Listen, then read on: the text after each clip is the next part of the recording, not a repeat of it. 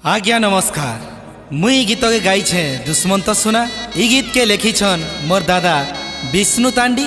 ई गीत के संगीत देइछन मोर दादा श्रीजित दास ओ ई गीत के परिचालन करिछन त्रिशूल भंजा। ई गीत के तैयारी करिछन टिटलागढ़ छिलंडार विष्णु तांडी। आपण माने ई गीत के सुनुन और मजा नुन। नमस्कार। झारे झारे नहीं झारबू तोर कुची कुची बाल के, तोर कुची कुची बाल के जेते बेले गुंचा मुसा अपनी देवा गाल के। झारे झारे नहीं झारबू तोर कुची कुची बाल के, तोर हल्दी मोखा गाल के जेते बेले गुंचा मुसा अपनी देवा गाल के। गुदु गुदु में बादल धरू डगला सोलो किंदरी किंदरी बोलो माकी तिरु चागल तीर गुड़ी गला बोलो। गुदु गुदु में बादल धरू डगला सोलो किंदरी किंदरी बोलो माकी तिरु चागल तीर गुड़ी गला बोलो। गुदु गुदु में बादल धरू डगला सोलो किंदरी किंदरी बोलो माकी तिरु चागल तीर गुड़ी गला बोलो।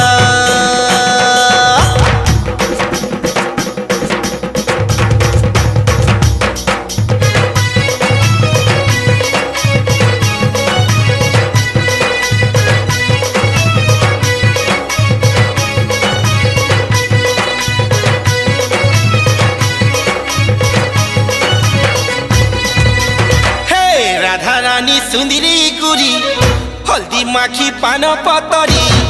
राधा रानी सुंदरी गुरी हल्दी माखी पान पतरी।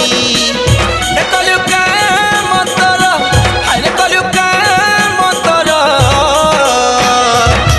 तोर कथा भाली आनुछे मते गोपीरती जर। तोर कथा भाली आनुछे मते गोपीरती जर।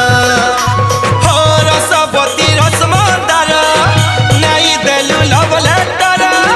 रसवती रसमंदार नाई देलु लव लेटर।